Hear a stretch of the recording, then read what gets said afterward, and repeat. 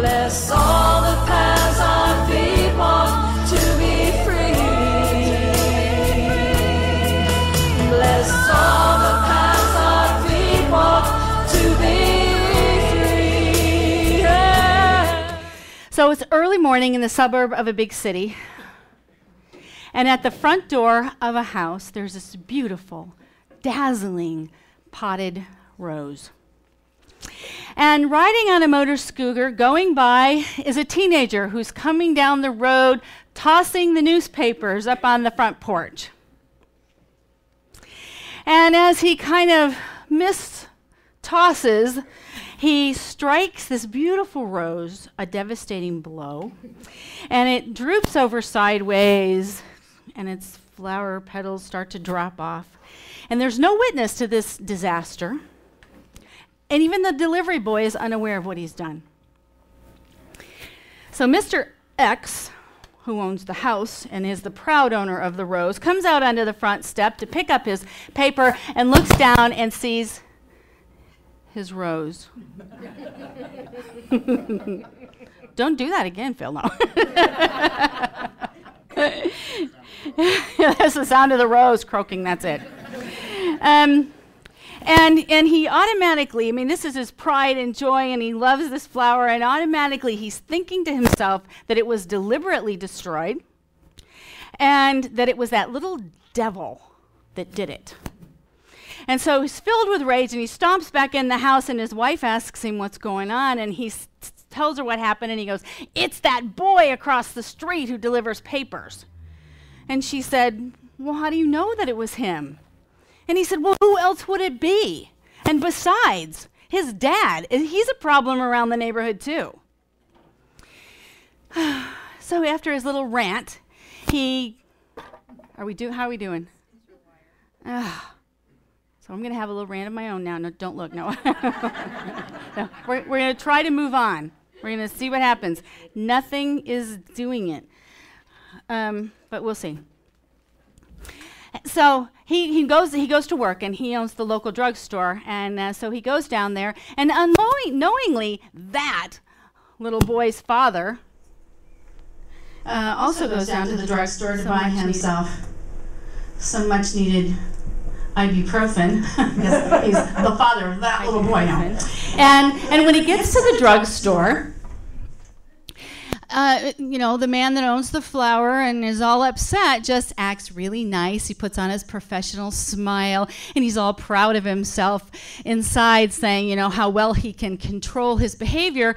And then he unconsciously shortchanges the man.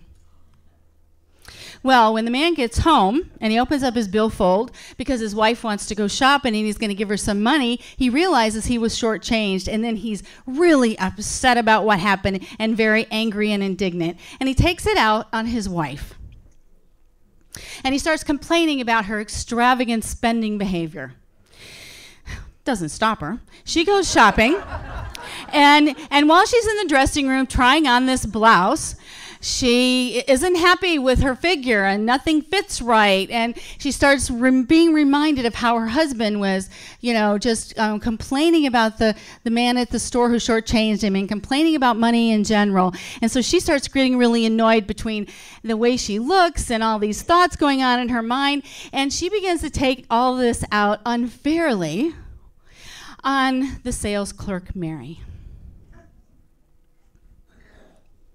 And now Mary is in a real dilemma, because angry man with a broken flower, angry man who's been shortchanged, angry wife who's been complained about, and now Mary. What is Mary going to do with all of this string of events that she happens to just be part of? Well, she has 4 options. 1, she can pretend it isn't happening. We're not really good at that. Out here, we're good at out looking like it's not happening, but in here, no, we're not very good at pretending it's not happening. She can tell the lady she needs to go someplace else to buy her shirt, that she really doesn't want to wait on her anymore. She can just be nice to her.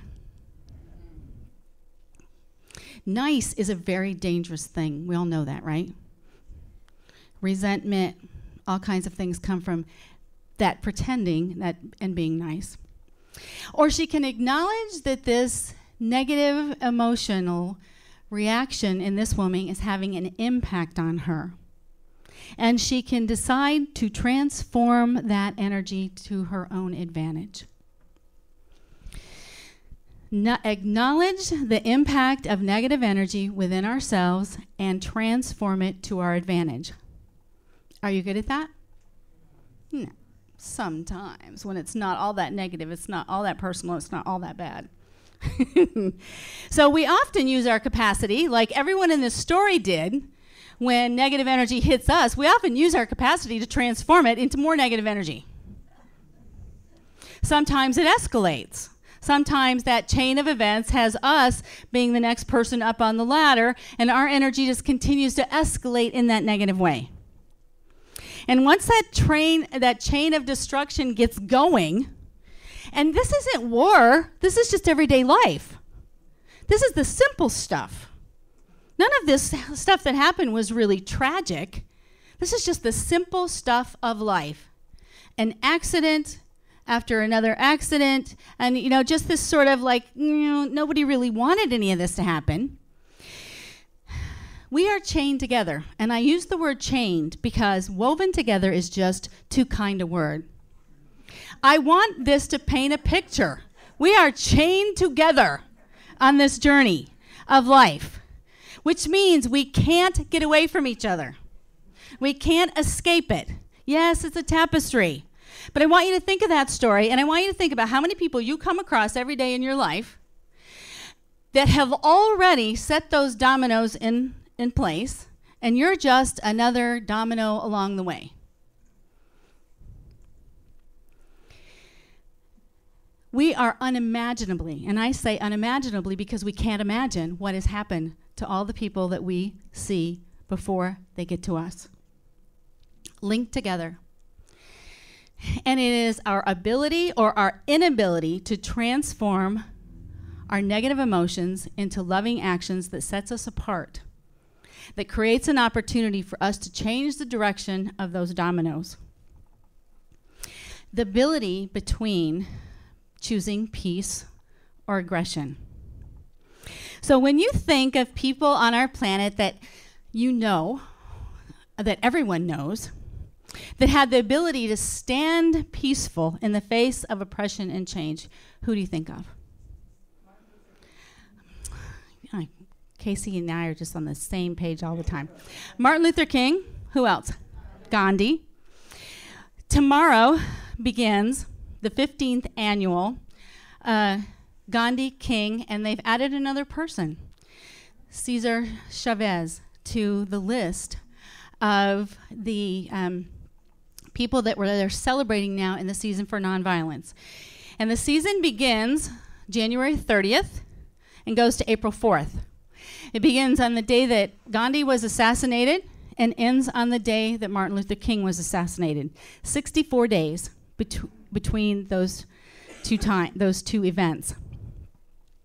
And the season for nonviolence is international now, 64-day educational grassroots campaign dedicated to demonstrating the power of nonviolence, its power to heal and transform and change lives. And that was inspired, of course, by King and Gandhi's families. And how many know about Cesar Chavez? I want to tell you how I knew about him and a little about it, how I became familiar with his work in the world. I grew up in a small farming community in Michigan, in southwestern Michigan. And in the summer, our population grew considerably, much like our population here in Florida grows in the winter. Only those people that increased our population were not on vacation. They were not visiting family and friends. They were migrant farm workers. And for many years, I was too young to consider how they might have impacted our economy or how tragic their summer really was. All I knew was, with the exception of a few words, they didn't speak English. I knew that no matter when they left or when they arrived, they never went to my school. I knew that they lived in drab, bare, 10 by 10 little wooden shacks, no matter how big their family was. I knew that they shared communal showers and bathrooms. I knew that they had to carry water to their little shacks, their little summer homes built on stilts, and that no matter how old they were, they spent their entire time out in the field picking fruit. I knew their life was nothing like mine. Before I graduated from high school in 1971 and left my hometown, something really amazing had begun to change, though. They no longer just came in the summer and left. They started to live there all the time, all year long. They started to attend my school.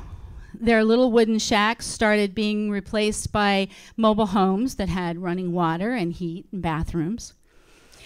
And they were no longer strangers in my community, but began to be part of my community.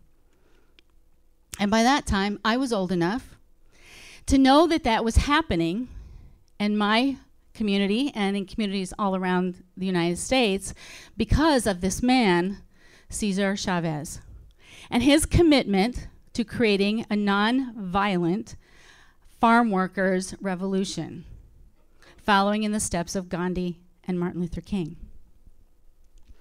And I was really thrilled to see that they had added him in his life as part of the celebration for the season for nonviolence this year. Monday, it'll be 64 years since Gandhi was assassinated.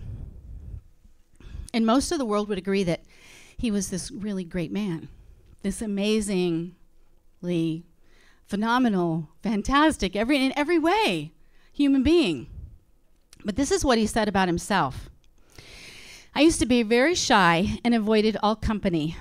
I was a coward. I used to be haunted by the fear of thieves and ghosts and serpents. I didn't dare to stir out of doors at night. Darkness was a terror to me. It was almost impossible for me to sleep in the dark, as I would imagine ghosts coming from one direction, thieves from another, and serpents from the third. I could not, therefore, bear to sleep without a light in my room. And you might think, well, this is just, this is just a kid experience. But he goes on to say this. Later when I got married, he said these words, "How could I disclose my fears to my wife? A child, but already at the threshold of youth, sleeping by my side. I knew that she had more courage than I, and I felt ashamed of myself. She knew no fear of serpents and ghosts. She could go out anywhere in the dark." It was written about him that wherever he went, the world was transformed, that lives and situations and people were changed, and that he did that by regarding them as they believed they wanted to be, not as who they might be in the moment, but who they wanted to be. He treated them as though they were already who they wanted to be. And he believed that the good in them was all of them. All of what they were was the good. But how did he do this when he was so afraid of everything? Well, the first thing he knew, and we've talked about this before, is that you have to transform yourself. The work you can go out and do in the world, and it's very hard sometimes because we want to jump right into action. And we want to take with us all of our insanity and our fear and our sickness and our phobias and our greediness and our judgment and everything else, and we want to go out there and fix the world with that stuff. It will be far less effective, and it'll be a lot harder. And we will usually give up out of the frustration of not being able to accomplish what we want because of its difficulty, and the truth of it is, it's because of our difficulty about what in us has not been transformed to make us really effective out there in the world. But if we transform in here, then our energy is what moves the changes in the world. Our actions are important, but the energy with which we meet all of those things that we do in the world is far more important and makes a greater difference than our actions make. But sometimes, and I'm not going to, ask you to raise your hand, but sometimes it is really difficult for me to change my thoughts and emotions into loving ones, my negative ones into loving ones, or even neutral ones, so that I can be that force of love out in the world that I really, really desire to be. And sometimes I just can't. I can't. I work at it, but I'm like those options with the clerk. I might be being nice, but there's not happiness in me. The energy with which I'm being nice is angry. We're masters at that.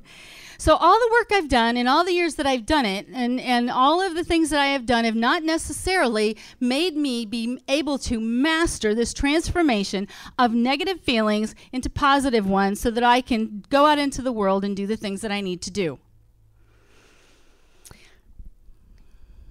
Think about that story again.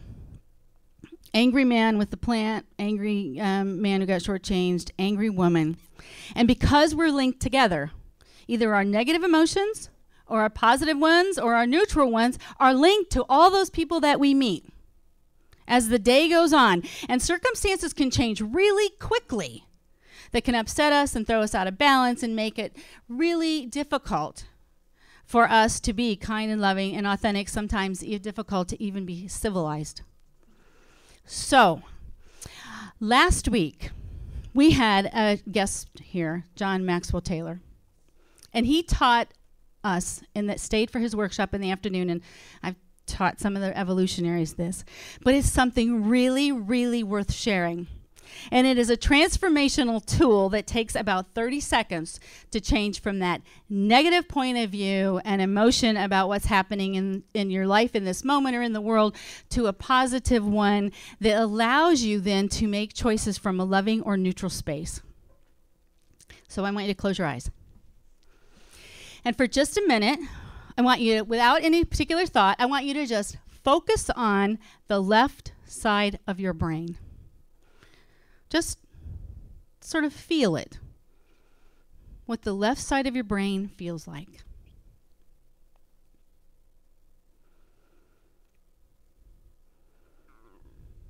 Now I want you to switch your attention to the right side of your brain. And once again, no particular thoughts, just what does it feel like over on the right side?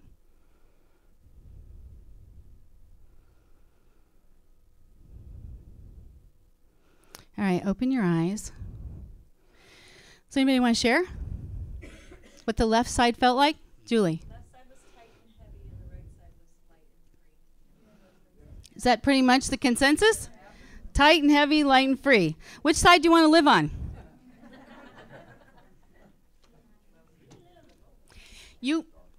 We need the left side. But what he taught us was that the left side, because it is the judger, it's the one who's trying to make the decision, trying to weigh all the information. If you can't use the left side of your brain to change something, because it can see both sides and it will be judging. That's why when you use the left side of your brain to try to make a decision about something you can't decide about, it's why you can't do it.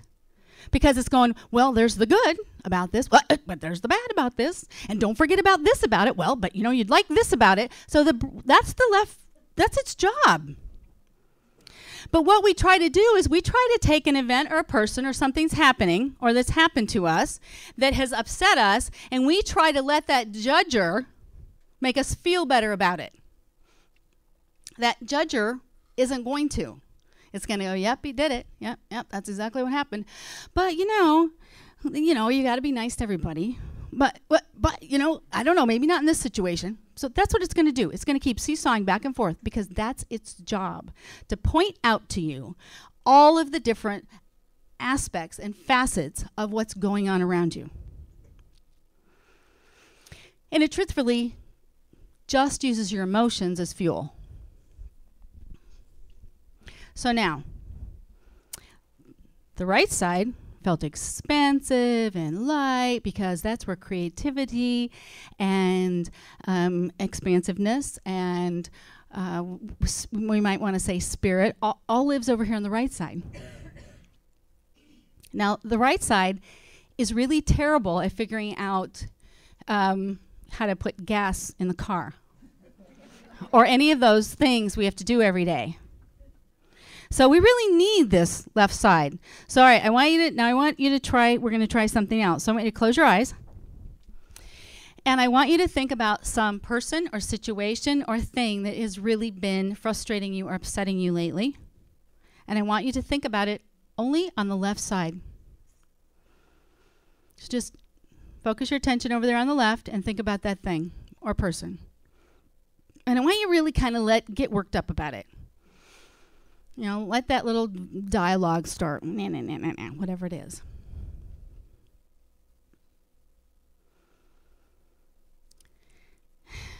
And now I want you to move that person or situation over to the right side of your brain. Just literally move it over.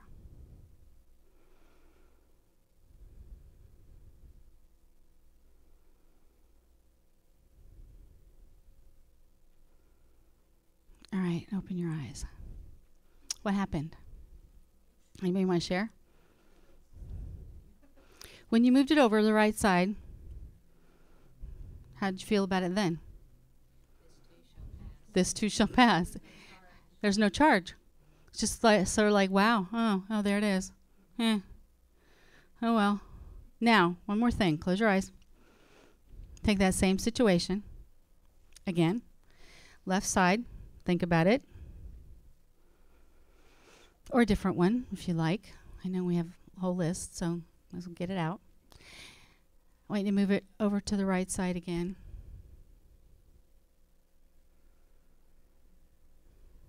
And I want you to move it back to the left. All right, open your eyes. Could you move it back to the left? Even if you did move it back to the left, weren't you still completely unattached to how it went? So I want you to think about this. Something that simple, because this is Transformation 101. It's not about thinking our way. You know, they taught us this when I went to Oneness University. Only they didn't teach it like this, but they just kept talking about how some part of the brain. And I know that most of us or many of us know that we access this part of the brain, the right side of the brain, when we're in meditation, and that's one of the reasons that we relax and all of those kinds of things. But this is bigger than that. I want us to think about the magnitude of this idea.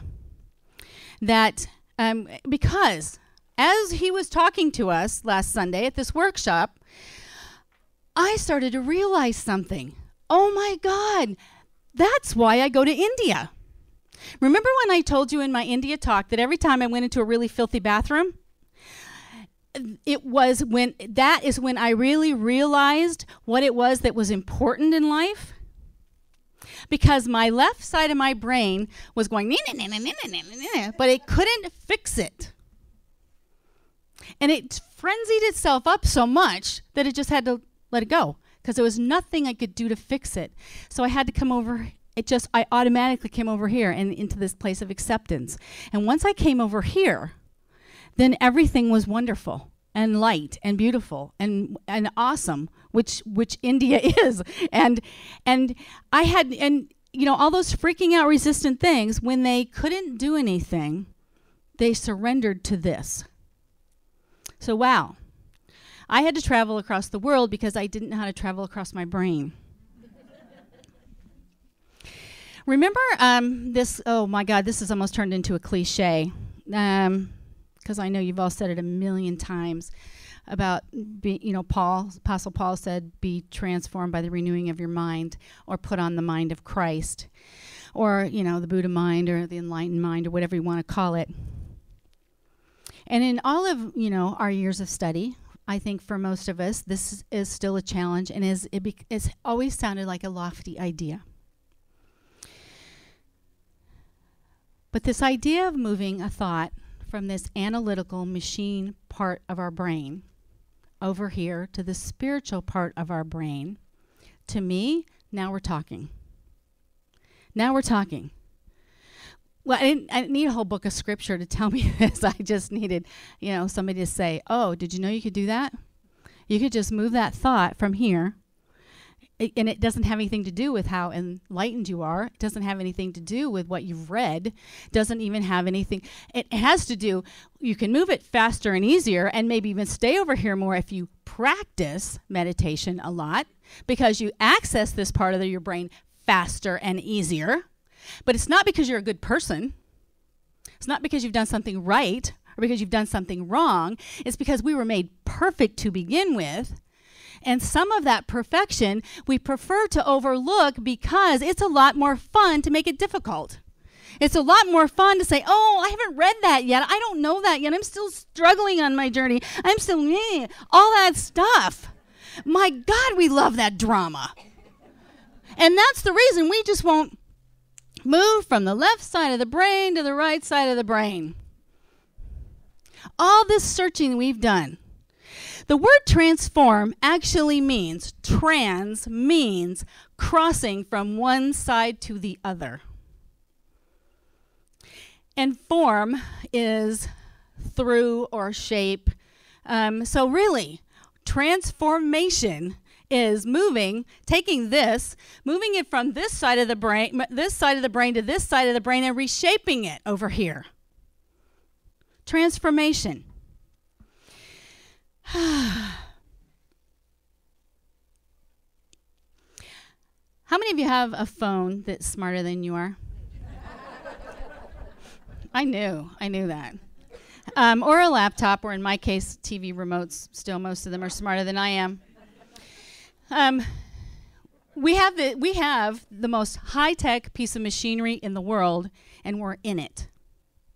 We are in the most high-tech, walking and living our lives out in the most high-tech piece of machinery ever imagined, far beyond our imagination.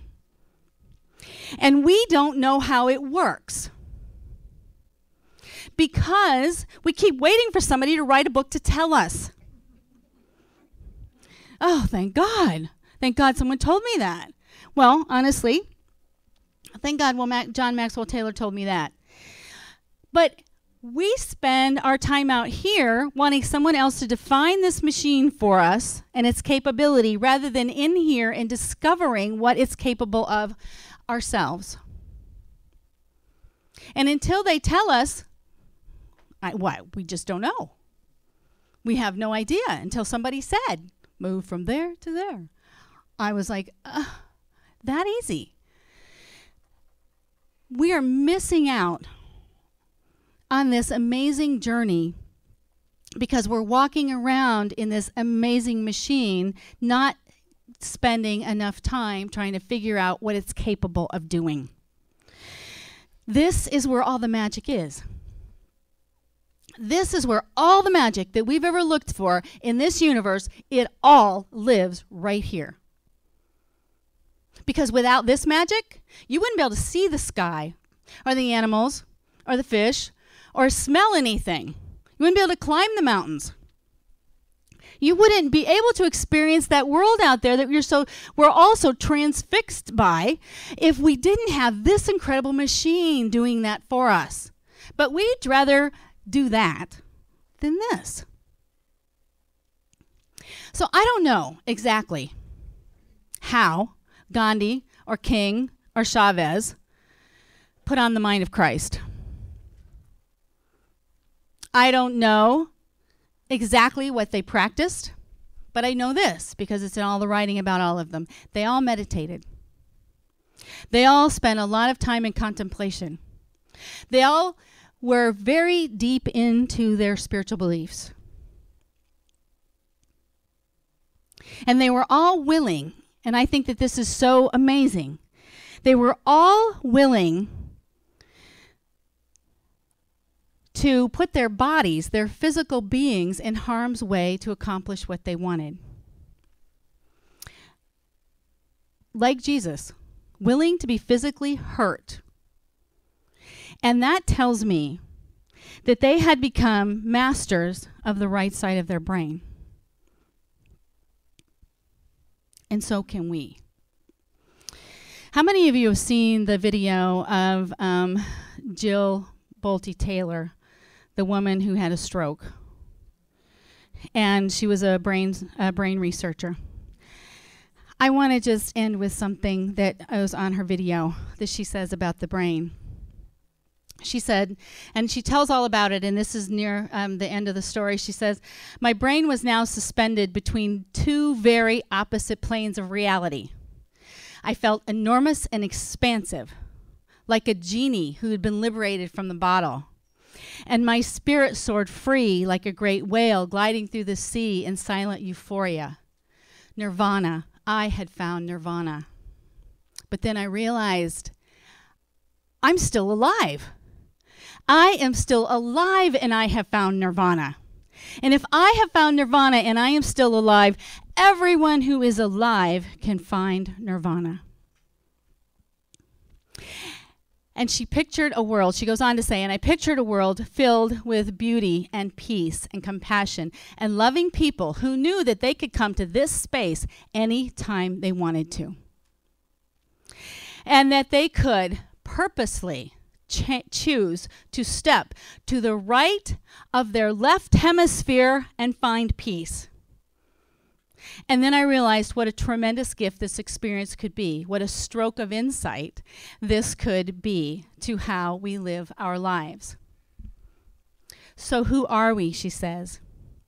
We are the life force power of the universe with a manual dexterity and two cognitive brains. We have the power to choose moment by moment who and how we want to be in the world. Right here, right now. We can step into the right hemisphere of consciousness where we live and choose to step into the left consciousness where I live. Separate from the flow and separate from you. Which would you choose, she asks. Which do you choose, and when? And she ends with, "I believe that the more time we spend choosing to run the deep inner peace circuitry of our right hemisphere, the more peace we will project into our world, and the more peaceful our planet will be." So which do you choose, and when? The season for nonviolence lives in the right side of our brain, where we are, all of us, where the flow is, where Gandhi and King and Chavez went to change the world. Nirvana is right here. Gandhi said, "Let no one say that he is a follower of Gandhi. It is enough that I should be my own follower. You are not followers, but fellow students, fellow pilgrims, fellow seekers, fellow workers. You must be the change you wish to see in the world."